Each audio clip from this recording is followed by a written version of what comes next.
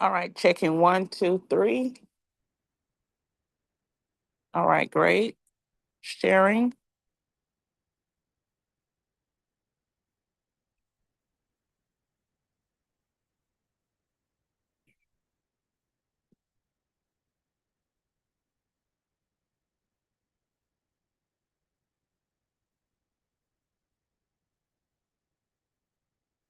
Hey guys, I'm outside. Hold on one moment for sharing.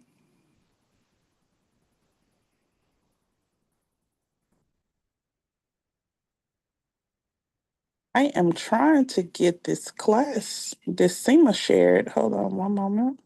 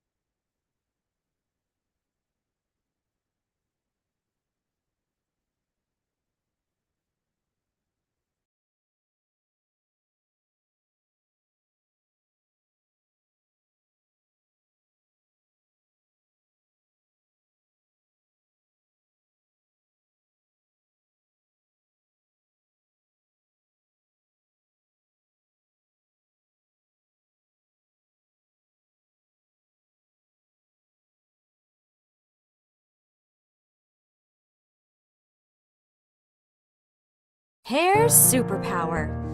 Healthy hair is strong, superpower strong, because the cortex is packed with keratin, a protein with the power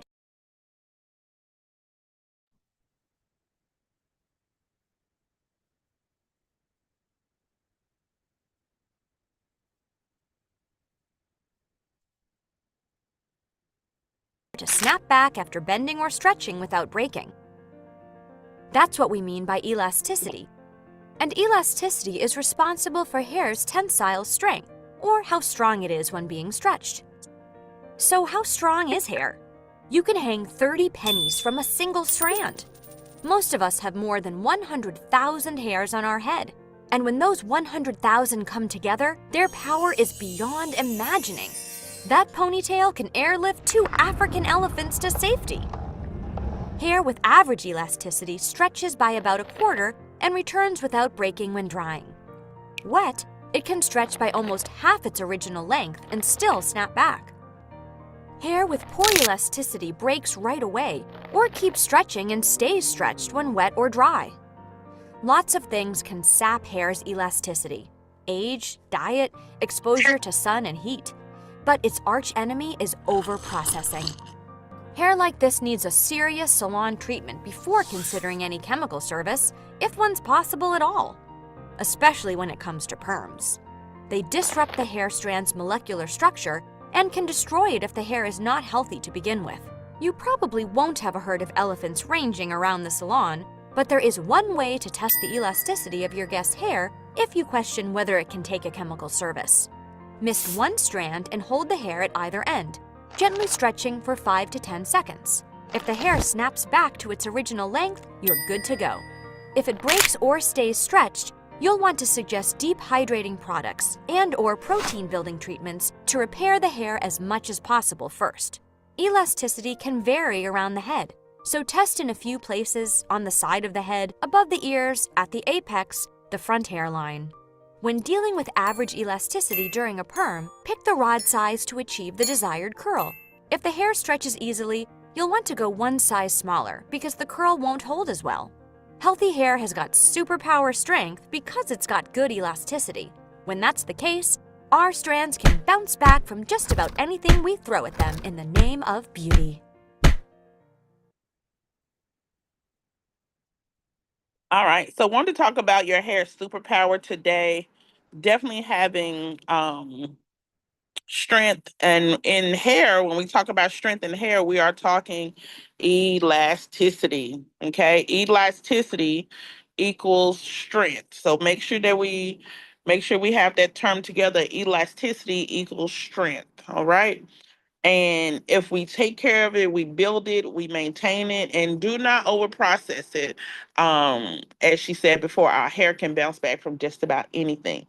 When we think about products and elasticity and strength, you also want to think about, let me see, we also think about porosity, which is the moisture of the hair. I want to make sure you know that those two those two work together. And when we talk about strength and products, if you ever heard of Alpha G, if you ever heard of Alpha G, APOGHEE, I believe it's a brand name, but it's a protein. Okay. I like to use Alpha G, or if I can get my hands on silk protein, I'm going to put it in the chat.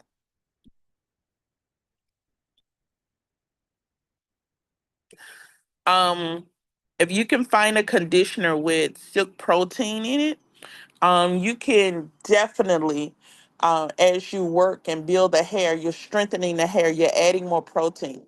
Protein is that key thing that when the hair is worn out, dry, the, I feel like the hair is going through depression when it's going through withdrawals and the protein has been damaged through over processing. You have to think logic, like, okay, what does our textbook say, but also what do we have available that can help rebuild this hair, or even is this hair even able to be rebuilt? Okay. So we look at protein. The hair is made up of 97% protein. And so when the hair is going through some crazy stuff, you just need to put back in it what it's missing. Okay. So back in the day, we had Alpha G, more sophisticated. I like to use the key ingredients. I like to use a silk protein. Alpha G is great. It's a great protein, but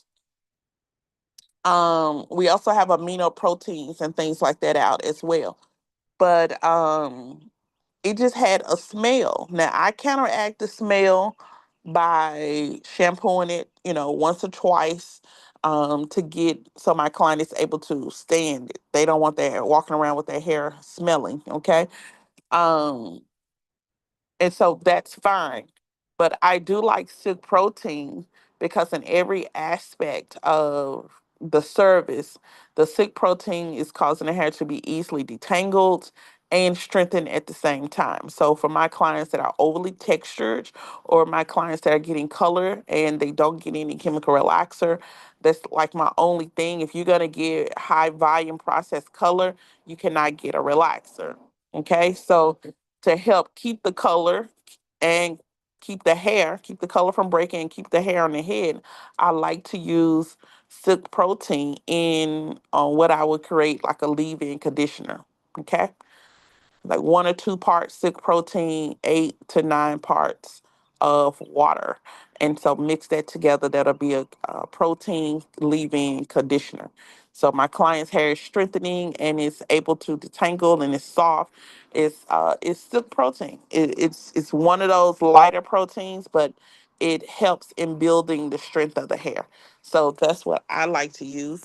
If you're ever able to find some silk protein, that's something I would keep in the cabinet all the time. So we have other product lines. I told you about the K18 versus the Olaplex. Olaplex was brought in to give this particular scenario. If you're going to color the hair, you're going to use high volumes of bleach. A lot of times, individuals were afraid to use high volumes of bleach because of what they've seen in the past. That, their hair broke off, the hair was brittle, the color didn't do what it needed to do because it needed more processes, but the hair would not allow you to go further. So Olaplex comes in.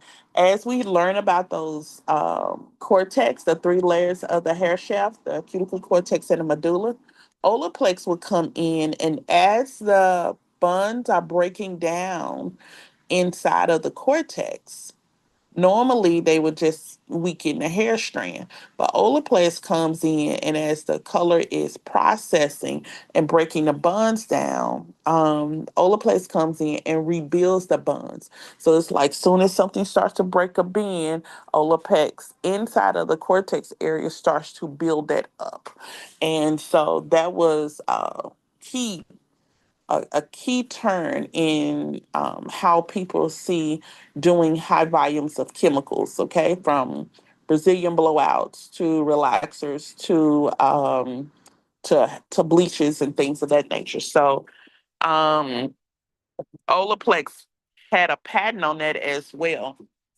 and it was revolutionary. And it's amazing how it's impacted. Now you have more people, especially that look like us, who are getting high volumes of color, and they still have hair on their head. Okay, that was like the thing that we certain hair types just could not take the processes of color. And so at the end of the day, there's new product, new technology is always coming out.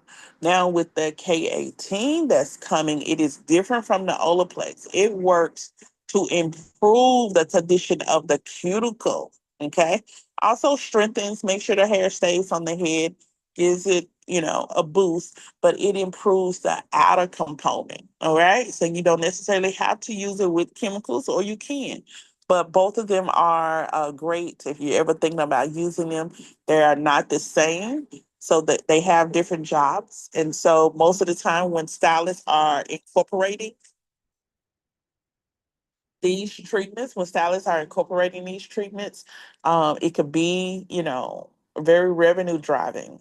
Okay, because a Olaplex kit costs in the 200 and something. And K18 could cost just as much. Okay, maybe a little less, but just as much.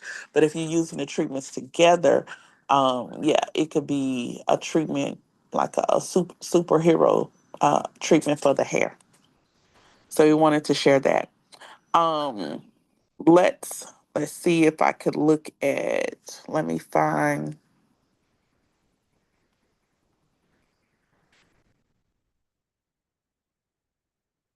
Have anybody used Olaplex or K18 before?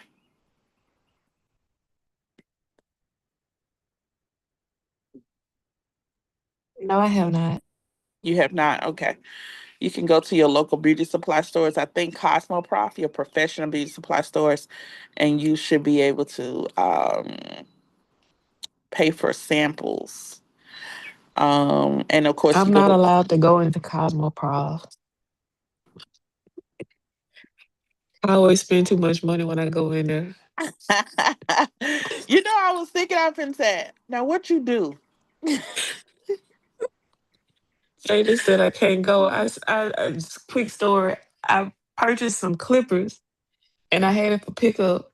Went in there. I was gone for 2 hours in Cosmoprof. I don't even know how I did that. So when I finally came back, I walked in the salon with like 3 or 4 bags.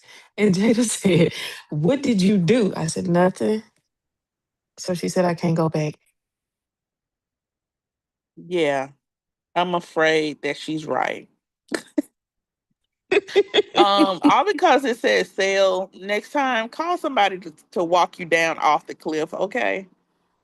Because you probably was just picking up stuff in that store, and I can spend. I be mad when I walk out with one bag and I'll spend $200. So I get it. But yeah, we're gonna call somebody to walk you off the cliff next time. Okay, thank you. Uh huh. Okay, guys. And if you're gonna spend like that, I need to take you shopping for real. We need to go to a real show. Okay. And that way you be trying to buy a suitcase for all the stuff you got to bring back. For that amount of money. So let's look at hair and scalp, y'all. We kind of left off right here at trichology and talking about human hair, the hair root and the hair shaft. Even talks about parts of the dermis. Very familiar with the parts of the parts of the hair, the cuticle cortex and medulla. When we talk about Olaplex, Olaplex is working in the cortex. Now they do have Olaplace 1, 2, 3, 4, different parts of it that help with the outer as well. But the inside, if the inside is good, the outside is amazing. So how this hair stylist, cosmetologist students need to understand it. If I take care of the inside, the outside is going to be amazing automatically. So you got to take care of the inside.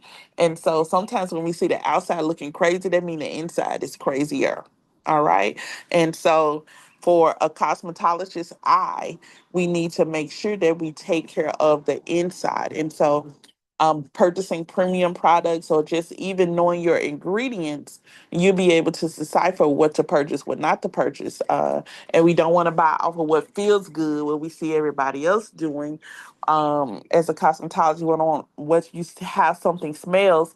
When you start to build, you can buy general items. And then when you start to build your clientele, you get to learn and you're having a relationship with your client's hair and it's telling you what it needs. So whereas I may go into Cosmo Profit and spend like per quarter, $300-400, okay, on a system, and then you're probably like, why would you do that? They don't understand because my clientele is needing a certain thing, and if they're coming in, I'm willing to invest.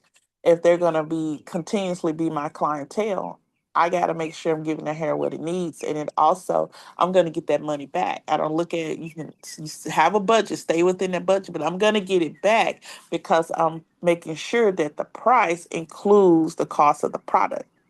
How many times have you given somebody a price for something and you just priced it for your labor? Okay, you didn't price, then you're looking up, you don't have the money to even buy the product. Before you even setting the prices, you got to make sure you're putting your labor in.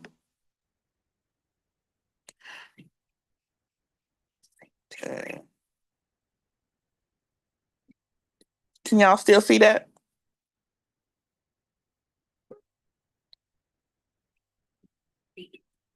Yes, ma'am. Okay, awesome. You got to make sure you're putting your labor in and you're putting your product cost. Okay. And whatever it takes to make you have to time available to work on that client, all of that has to be put in. So this is why um sometimes the premium products can get a little pricey because of the value, the extra thinking, the time that has to go into you performing these treatments. Okay. So I never look at it as, oh, that's cost too much. She just charging this. Well, she may just be using water and conditioner. She may not be using what I'm using. Okay. So we want to have some real results with our clients' hair. And we'll talk more about pricing and retailing on down the line. But we need to treat the hair from the inside out and we treat it from cortex out. Okay, cortex to cuticle.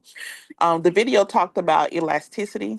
Elasticity is found in that cortex area. So in this light yellow component, elasticity is found in that area.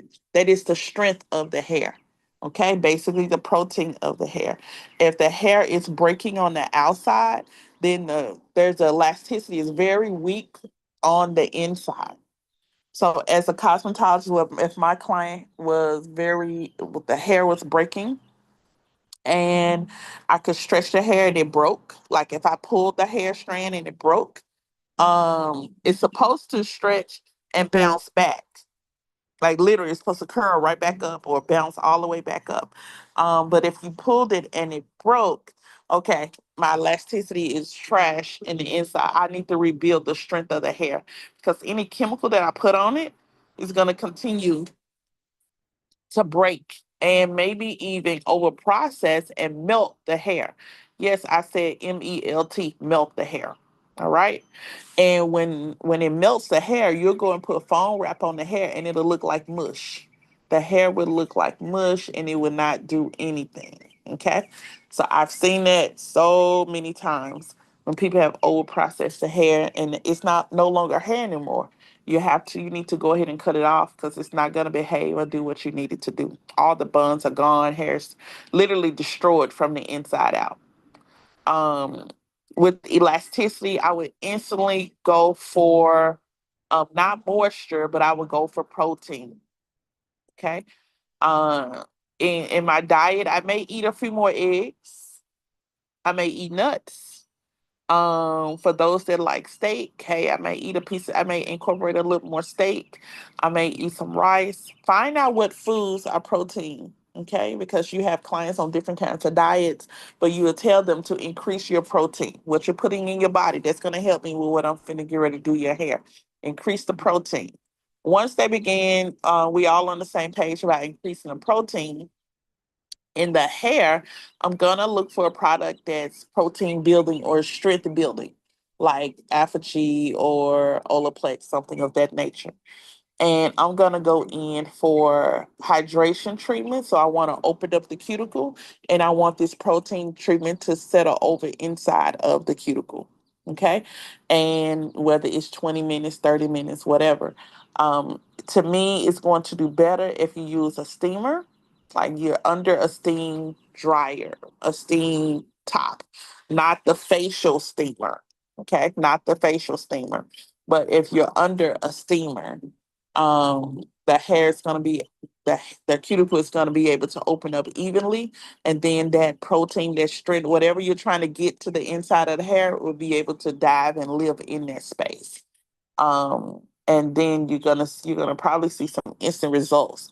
When you begin to rinse and style, you'll be able to see some instant results.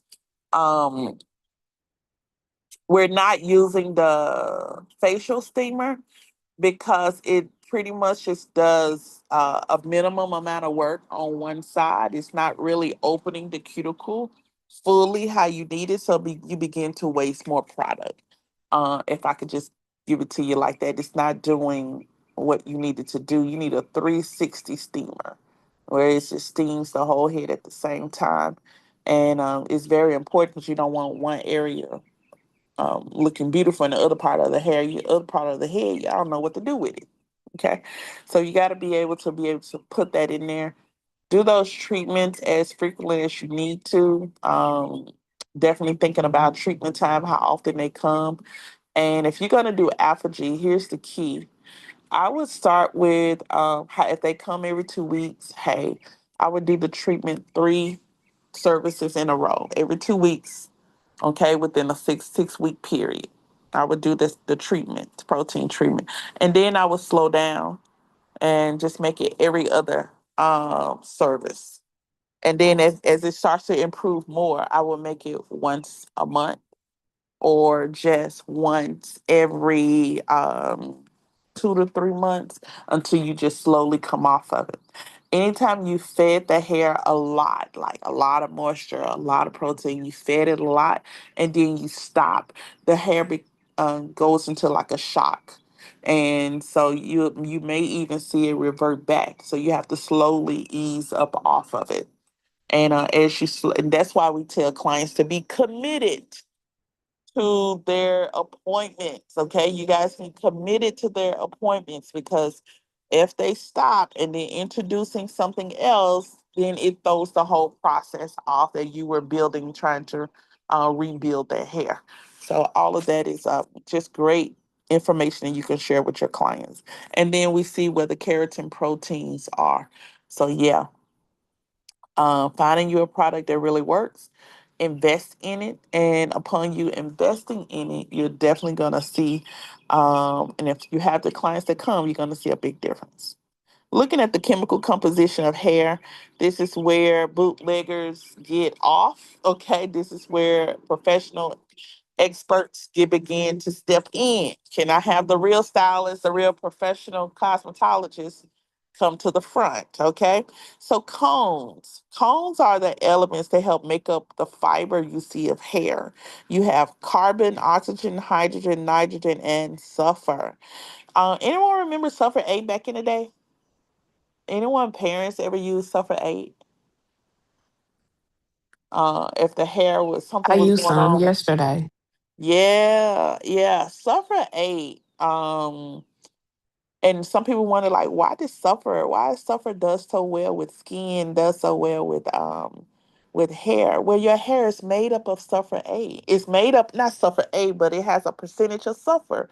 When you replace what's missing out of the hair now begins to act accordingly. It gets back in line. So when the strength of the hair, the protein is broken, what do we put back in it? When I see damaged hair, I'm gonna first put protein back in it. Let's see if I can strengthen and revive this, okay? Then I'm gonna go in and put moisture in behind it. I would never put moisture in before protein. Okay? Moisture is gonna close my cuticles. Moisture, creamy conditioner wraps around the hair like a hug, like a blanket, and it hugs the fiber of the hair and does not let anything in. Moisture is the last thing I do before I'm styling because I want to put everything I need inside, get it in, then I will lock it in with the moisture. So moisture never goes first. Protein goes first, and all the other stuff I need to put in. If I need to add a little sulfur, that goes in. A little nitrogen, little hydrogen, that goes in. And hydrogen is going to be amazing for detangling. Okay? It's going to be amazing for detangling. It's going to be amazing. Hydrogen helps improve the outside appearance of the hair. Oxygen is going to be great for our hair and follicles. Our hair is going to be able to breathe. And of course, carbon. All of these percentages together are going to give us that what we see as the element of hair.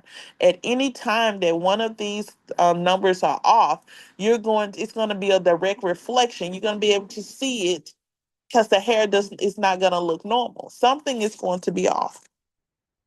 So when I say that the trend now, a lot of scientists working for a lot of companies, hair companies, they are going back to the basics. They are going back to what hair is made up of, and they're building and regenerating using technology to build different proteins, different peptides. There's science is coming in, and they are building those ingredients to go into the products so we can have a more scientific product. So, yes, it may cost a little bit more money, but your client gonna have hair on their head.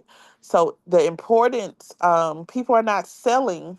They're not gonna lead with how it smells and how it feels. They're gonna lead with what it does, and that's why I'm gonna purchase it because of the science behind the product and the results that I see. That's why I will make a purchase. So as we begin to look at the elements, we have something called amino acids. Now, this is what I need you to know about amino acids.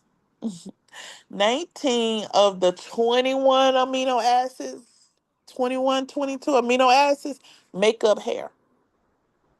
So when you see a product that says amino, AMINO, or amino acid shampoo has amino acid in there, I may purchase that product before I purchase anything else because the word amino, now I'm finna do some research. So you're telling me this product is gonna do some rebuilding?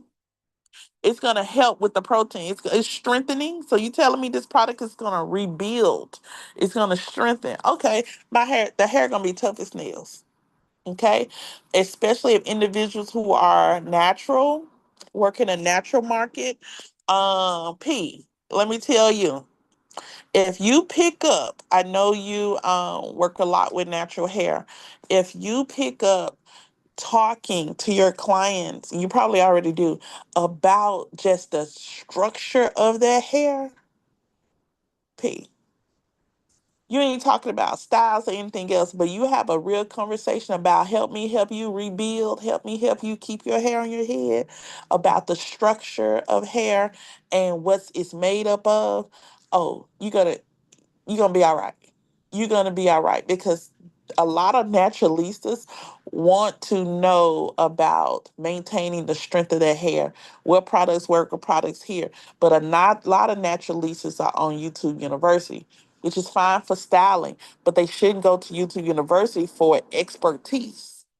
And most of the time, when I was actively in the salon, they would come in with a bag of products that were over the counter.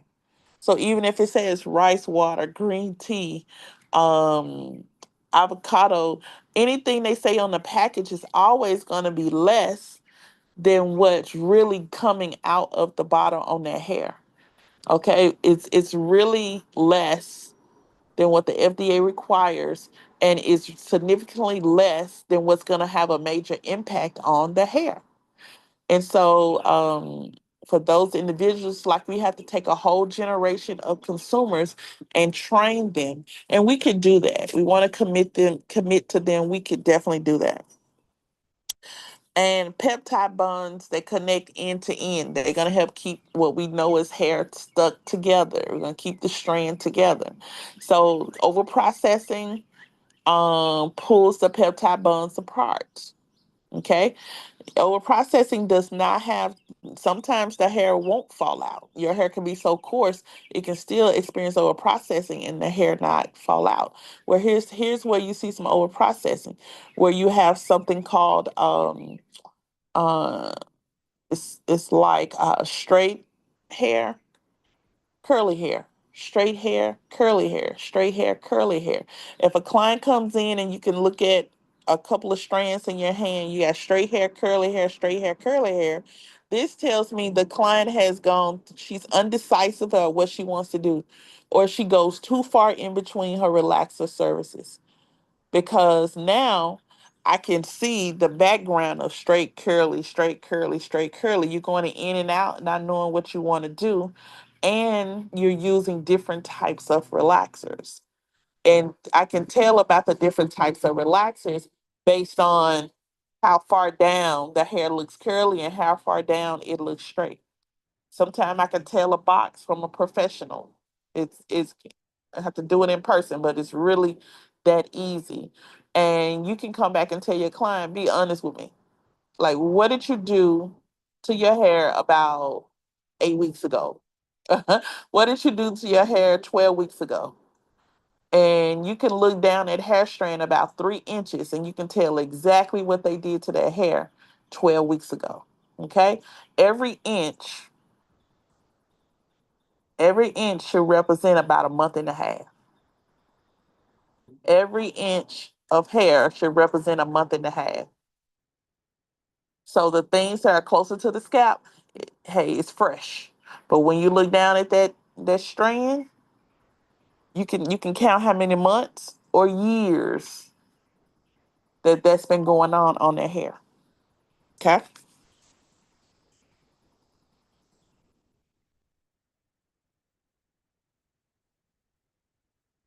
All right. Let's see what we got. Going back to sharing the screen.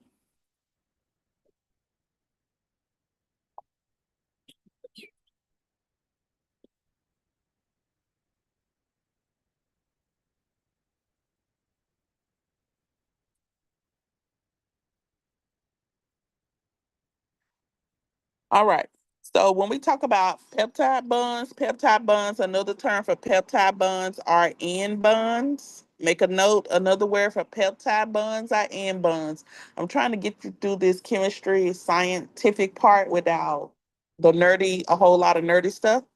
Peptide bonds, another name for them are end bonds. Okay, that means the bonds that come together end to end. You want the bonds to connect. All right. So when we put carbon, when we add sulfur to our hair grease, and you be thinking like, what they doing? Guess what? They're feeding the scalp. When you're adding sulfur to shampoos, guess what it's doing? It's feeding the hair and scalp. It is helping the bonds stay together. When you add sulfur to facial mask, I want you guys to know sulfur treats acne. It'll clear up and pull out all that stuff just like that. So look for a face mask that has sulfur in it. Oh yeah, acne about to be cleared up if you didn't just drop in a little gem. Okay, so hair, skin, and nails on the same system, right? And so if hair has a component of sulfur, we also have a component of sulfur in our skin and in our nails. All right. So this is why I just made a play for sulfur aid, but I also like pure ingredients of sulfur. So I would rather look for the pure ingredients because just so I know what I have. Okay. Let's look at the cortex side bonds. This is the orange and green. The cortex side bonds. Okay. Bam. We know the cortex is the strongest part of the hair shaft. All right. The bond that breaks. Get this. You have salt bond, The sulfide bond, hydrogen bond. Let's go for the sulfide bond. This sulfide bond is the bond that can only be broken through chemicals. Okay? Only be broken through chemicals. The sulfide bond is the bond only broken through chemicals. All right. So in order to change the hair color, you got to go into the sulfide bond. In order to change the texture of the hair from curly to straight, a relaxer works because you break the sulfide bond. But if you taking that, you moving into a jerry curl, like back in the day, you got to go break the sulfide bond and put it back. So the sulfide bond, the neutralizer that you put on the hair, binds so the sulfide bonds together, it locks in that new curl. Okay?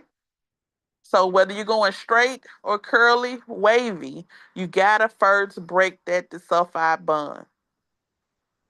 All right? You're gonna use your neutralizer. You're gonna rod the hair. You're gonna use neutralizer, and the neutralizer keeps that sulfide bond in place for a set amount of time. It's in place. The only thing you will have to continuously break and build back up is going to be the new growth. Got it? And so the sulfide bond, I want you guys to understand, is the strongest bond in the cortex, and it can only be broken chemically. Okay?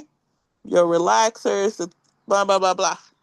So when we come back in and say that we have over processing of color, we know that this bond has been exposed to too much bleach, peroxide. It can be too high.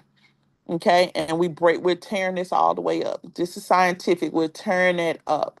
We want to keep this bond in this place. Okay, the desulfide bond is the most important. Now, when you're going in with chemicals, you got that desulfide bond. Not only are you breaking that desulfide bond, but you are pulling out moisture and you're pulling out elasticity. Anytime you're going to use a chemical, I'm breaking the bond, but also I can't break the bond unless I pull something. I'm pulling other things out of the hair too. This is why we always have to replace. You always have to add more conditioner. You always need to let it set. You really need to put it under the steam cap. All right? Because the steamer works from the inside out. And so the steamer don't wait on the cuticle to open. The steamer zaps that cuticle open and pushes that product into the cortex, into the cuticle area, and then it sits there like a massage. Okay? Once you rinse it out, it closes the cuticle. So you're left behind, you leave what you need in there and lock it in. Um, so we have to remember if we're going to be using any chemicals, we need to make sure that a part of changing the texture of the hair is removing also little pieces of those particles that help make the hair what it is. So we don't want the hair to suffer from dryness. We're going to put moisture hydration back in. We don't want the hair to become weak. We're going to strengthen it with protein, keratin protein, what it's made up of. And then in my leave-in conditioner, I'm going to find a leave-in conditioner that has silk protein in it. I'm going to find a creamy white conditioner that has a little silicone that I know is going to smooth the cuticle. Um, and so those are great components. We just have to remember keep the sulfide bond strong, but chemicals can only break this bond. So when we look at salt bond and hydrogen bond, water, sweat, humidity are breaks these bonds. When you're able to go to the bowl and just say someone has a roller set style, um, when you put water on it, the roller set goes away. The hair straightens out. Well, instantly we're breaking the salt and hydrogen bonds. Instantly we're breaking those bonds. When you roll the hair back up and put the client under the dryer, you are reforming those bonds.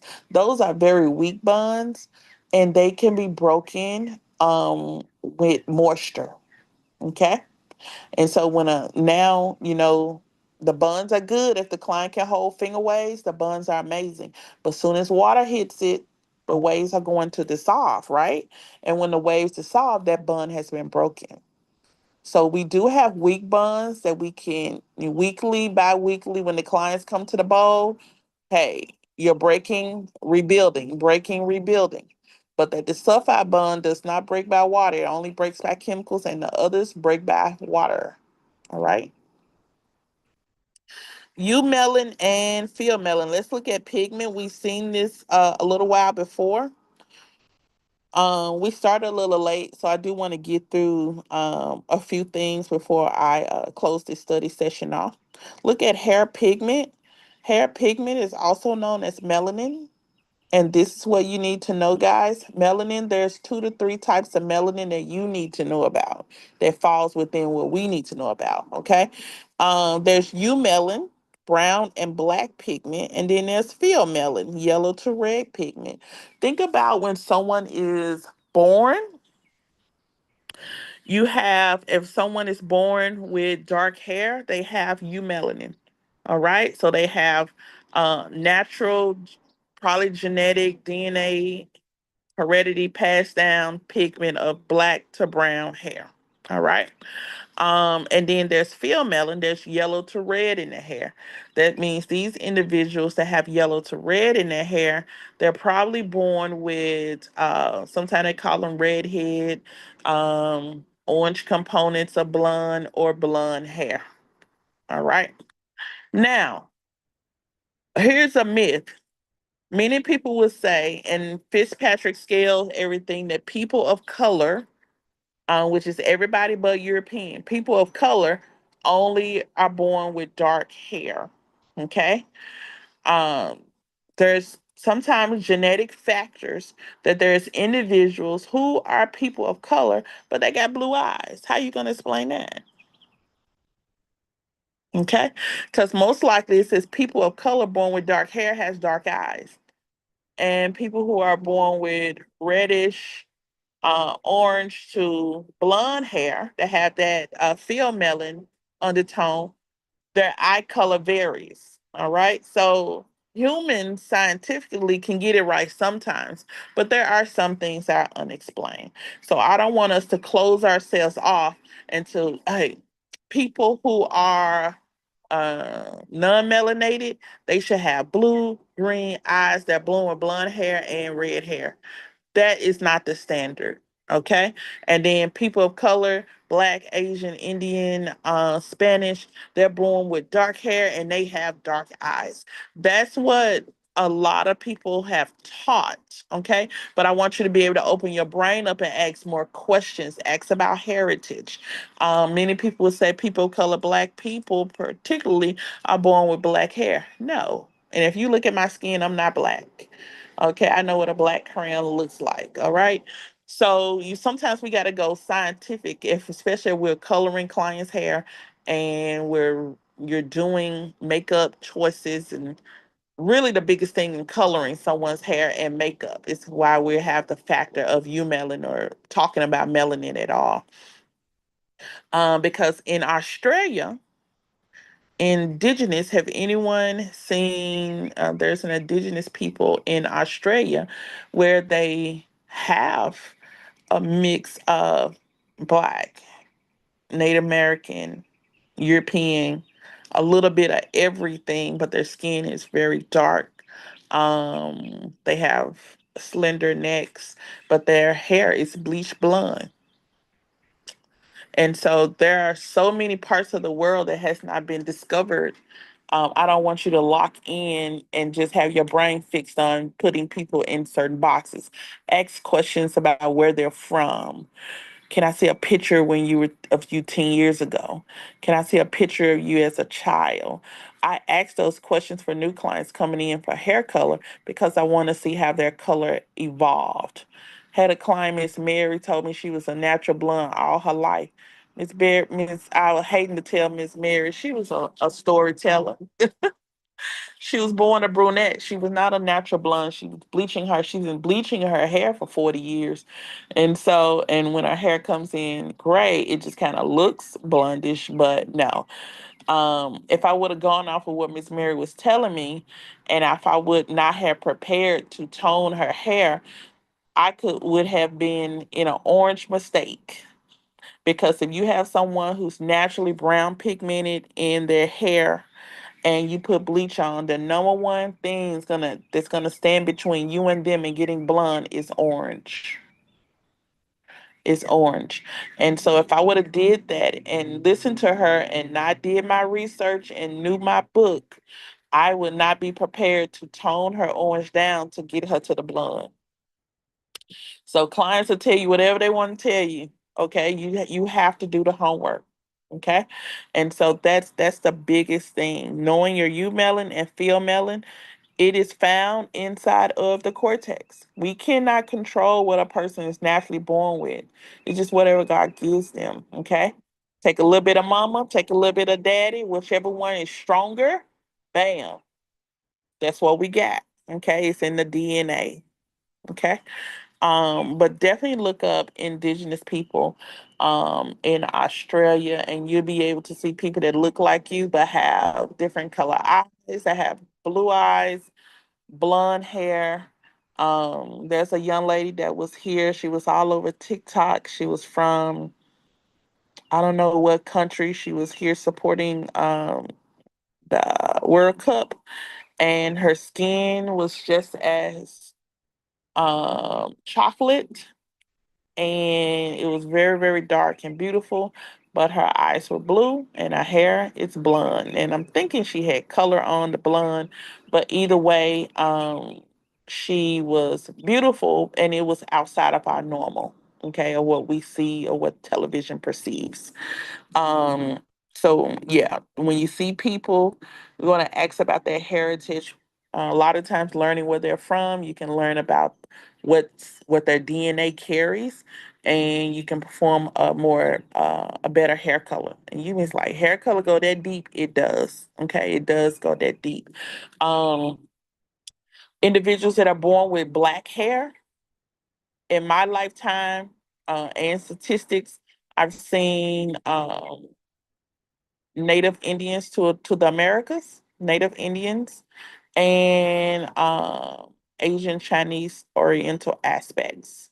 Okay, Asian, and so born with black hair, which means they have a blue undertone, like their hair is really, really black and grows out black, and that tells me they have a blue undertone. All right, so when I go and bleach somebody's hair that has a blue undertone, I'm going to see a lot of resistance. I'm gonna see a lot of resistance. 'Cause blue is a primary color, and blue is strongest molecule to break. Hence, people don't like, black is the hardest to get rid of. Now, think if you're born with black hair, it's super hard to get rid of, to open up. Okay, but once we open that blue molecule, start to break it up, we now have a whole world of colors that we can move to. But just know that Native Americans to the Americas, and also to you have Asians, they have something in common. We're all cousins, but they have this black blue undertone in their hair.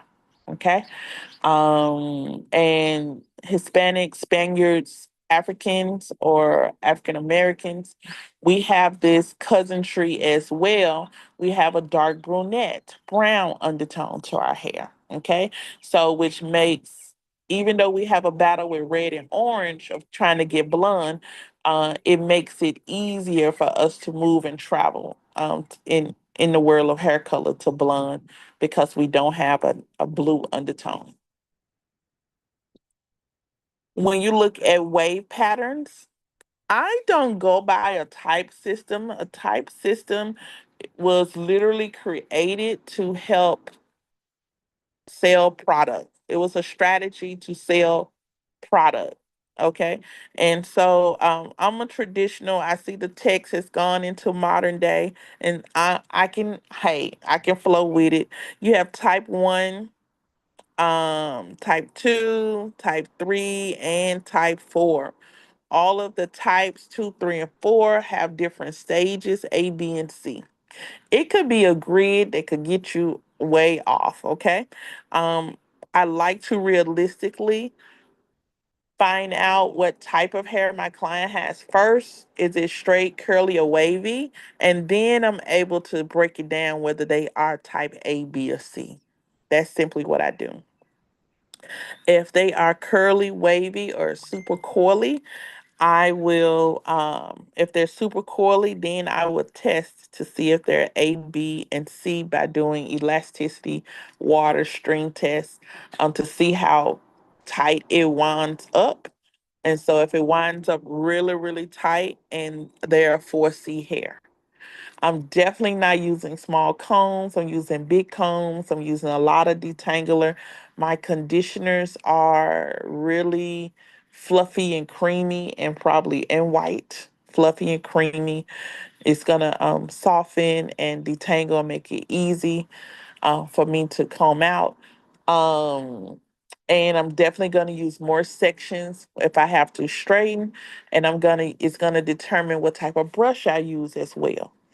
I'm going to use a boar brush for smoothing, and then I'm going to use round brushes for silkening. So if I'm smoothing the edges, I'm going to use a boar that reminds you of your edge brushes for the edges for control. And then I'm going to go into my round brushes for smoothing this type of hair out because I need to lock it around this brush and then let the blow dry drive it straight. Okay. But those are wave patterns. Let's look at straight, wavy, and epithelial cross section that's curly. Based on what you see under the microscope, is literally how this is going to grow out from the skin. If someone has super curly hair, here's a notion. If someone has 4C, anything in the 4ABC, okay? Okay, I know this hair has a curve to it. When it comes out of the skin, it's going to come out of the scalp already coming into a curve, okay? Um when someone is cutting the hair, just say they have this curly hair in their beard. When you cut it with a razor so close to the skin, you cut it on an angle. So now when this hair starts to grow back, it is sharp on that angle and it curves into the skin. So now we have an ingrown hair. So please be mindful of cutting overly curly hair too short, especially with a razor, okay? Because the hair comes back in as it grows out, it's going to grow back out in a bend or really tight, and you'll have to stretch that back out. So I'm just kind of mindful that whatever you see, that's how it comes out of the scalp. Okay, it comes out straight, comes out wavy, or it comes out super curly like it's growing right back into the skin. That's ingrown hair. Looking at hair and scalp analysis, and we're going to close out in about 3 minutes. You have fine, medium, and coarse hair. That's it. Fine, medium, and coarse hair. Fine, medium, and coarse hair. And it's all about the cuticle. Okay? Fine hair. First of all, look how thick the coarse hair strand is. Okay? When people say coarse and thick, that's the same thing. Look how coarse that strand is. Look at all those cuticles. So when someone says this product is stronger, or just say, it's a stronger product, coarse hair can stand it. Absolutely, it can, because look at all the cuticles. Okay, all the protection. Yes, coarse hair has the strength to withhold strong products, strong chemicals, a super relaxer. You don't need a super, but if you had a super, coarse hair could hold it. Medium hair, normal, it's in the middle. You don't do too much over here, don't do too much over there, but medium hair. Okay, average processing times. And fine hair. Look how thin it is. Look how less cuticles it is versus coarse hair. The cuticle is the protection of the cortex. So when I put the same relaxer on fine hair that I put on coarse hair, which one processes the fastest? Fine hair, because it doesn't have that many cuticles to go through. to get to the cortex. And so as soon as it get to the cortex, boom, it's gonna start working. So if you turn around, want to sit down and do all that, it's already start working and it has moved into over process mode. Just like that. Okay. So coarse hair, it has the chemical has to go through the cuticle scales and then it gets to the cortex where it may take a minute to get through the cuticle scales. One company had a time release relaxer. Time release relaxer. It was great for those individuals who were new to doing relaxers. But time release relaxers is it gives you enough time to apply it and then the clock cuts on for the processing. So you don't have to worry about beating the clock, beating the relaxer with time. As soon as you put it on, oh, it don't start working. But the time release relaxer was made for more coarse hair because it gives the client time to apply the relaxer and then the clock goes off for it to work. It says, hey, it may take you, and time release relaxer was like 21 minutes. So, hey, it should take you about 10 minutes to apply this relaxer. Then it's going to cut on for about 10 to 14 minutes for the processing. So it helps build your stamina and your time as a stylist. Fine, medium, or coarse. Since everybody has a texture, fine, medium, or coarse. From the texture, you would then go to finding out if it is straight, wavy, or overly curly. Okay. From overly curly, then you're gonna break it from there. You're gonna break it down to exactly pinpoint what pattern that your client has. Got it? Y'all understand? First, what's the texture? Then, what's the pattern of the hair? What's the pattern of the texture? And go a little deeper. Let's go deeper into the wave pattern of this texture. All right. So, first, the texture. How does the hair grow out the scalp? Bam. What's the in depth wave pattern? Now we're able to determine what we could do, what styles will hold, what styles won't hold, what products we should using, what color can they get, what they can't get, so on and so on. Let's talk about the word density. Okay, what you see this lady doing here, and let's pick up tomorrow on density and porosity. But what this lady doing here, she's doing a strand test that she's trying to see how dense and how much elasticity is in the hair and how dense the hair is. All right. So somebody can have their hair straight, like coarse hair, we flat iron it straight, and you just see the hair move. But fine hair, if I flat iron it straight, you're gonna see gaps. Okay. So although tomorrow let's talk about it. Can the hair be long and fine? Can it be long and low density? Can it be long and high density? Yes, it can. It can be the truth for both. All right. You can have long hair that's length, but the density is how much hair on the head. Some people can have few hairs on the head and their hair can still be long. But some people can have a lot of hairs on the head and their hair can still be long. Are the prices the same? No, they're not. They're totally different. Because I'm going to have more time over here on the one that has a lot of density and a lot of long hair. So that's where your time differences, come in. And we'll talk about that tomorrow. I just wanted to go over a little bit because I kind of shaded you a little bit on the time. We had some technical issues, but this is getting good, y'all. And so let's pick up tomorrow on our study session. We'll pick up at understanding density, and porosity. All right. Y'all have a blessed and amazing day. If you need me, you know how to contact me. Let's pick it up tomorrow.